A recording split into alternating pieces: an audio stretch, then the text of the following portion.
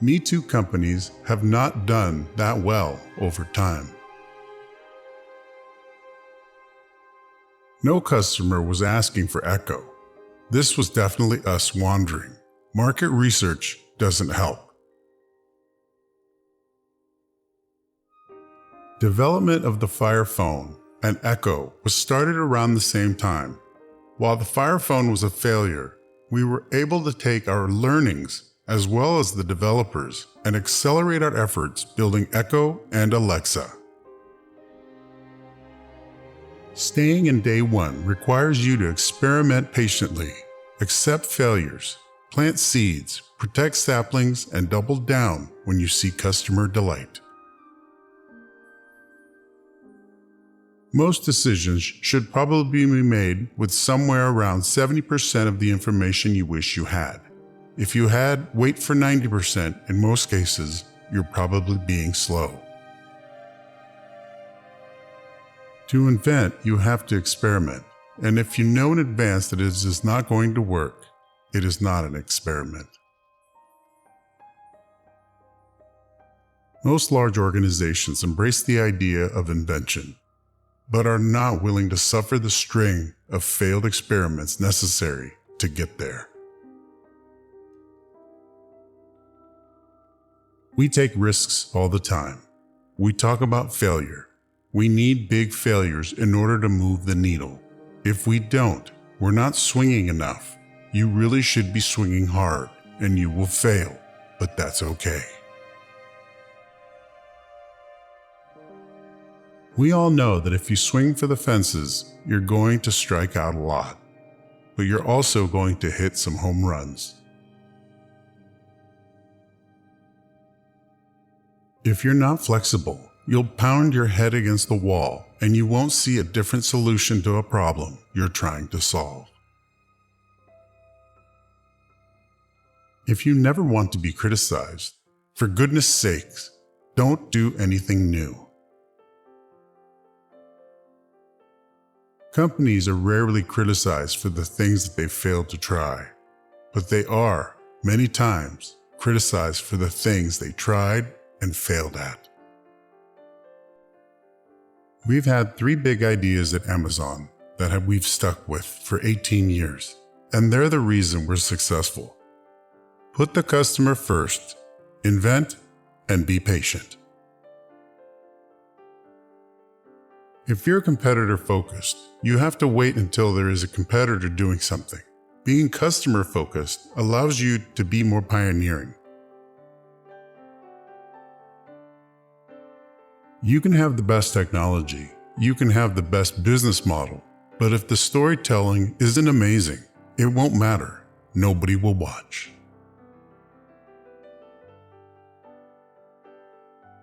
All businesses need to be young forever is your customer base ages with you. Your Woolworths. In the old world, you devoted 30% of your time to building a great service and 70% of your time to shouting at it. In the new world, that inverts. There are 2 kinds of companies, those that work that try to charge more, and those that work to charge less. We will be the second. We are stubborn on vision.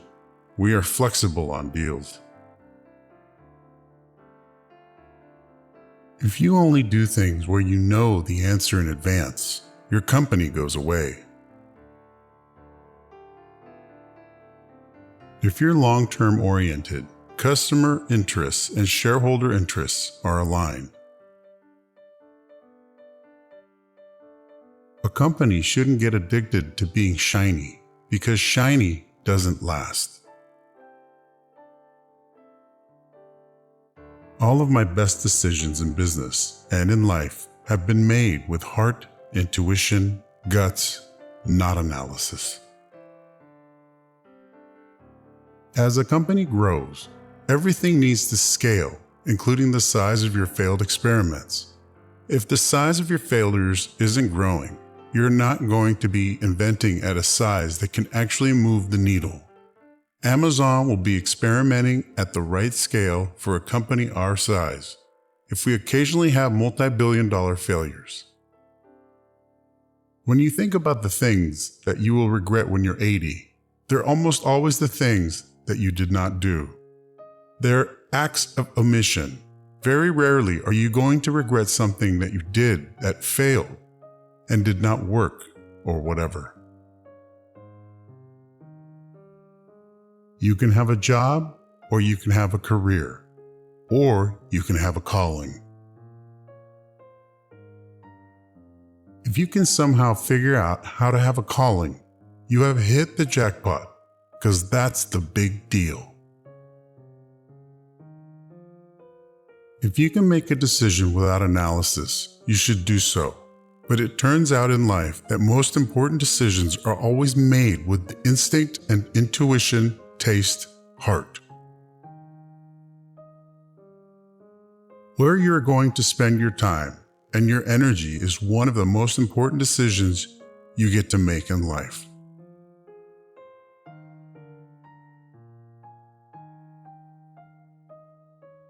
Life's too short to hang out with people who aren't resourceful.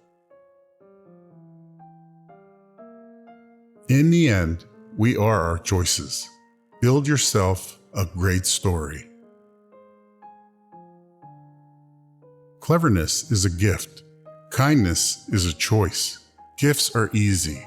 They're given after all. Choices can be hard. If I have 3 good decisions a day, that's enough. They should be just as high quality as I can make them. The best customer service is if the customer doesn't need to call you, doesn't need to talk to you. It just works. We don't focus on the optics of next quarter. We focus on what is going to be good for the customer. Great innovations, large and small, are happening every day at Amazon on behalf of customers. Sometimes we measure things and see that in the short term, they actually hurt sales, and we do it anyway. We are comfortable planting seeds and waiting for them to grow into trees. There are 2 ways to extend a business. Take inventory of what you are good at and extend out from your skills. Or determine what your customers need and work backwards, even if it requires learning new skills. Friends congratulate me after quarterly earnings announcement and say, "Good job, great quarter." And I'll say, "Thank you, but that quarter was baked 3 years ago."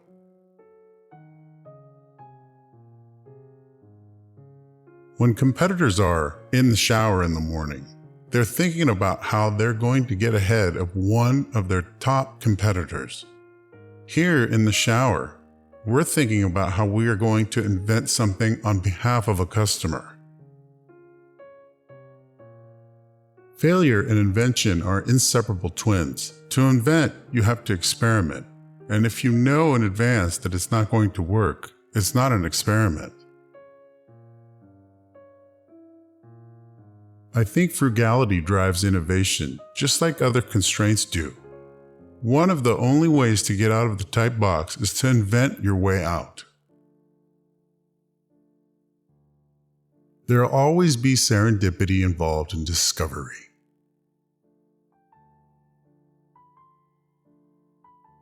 You have to be willing to be misunderstood if you're going to innovate. If you double the number of experiments you do per year, you're going to double your inventiveness. If you decide that you're going to do only the things you know are going to work, you're going to leave a lot of opportunity on the table. If you're watching your competitors, you're unlikely to invent a bunch of stuff on your own.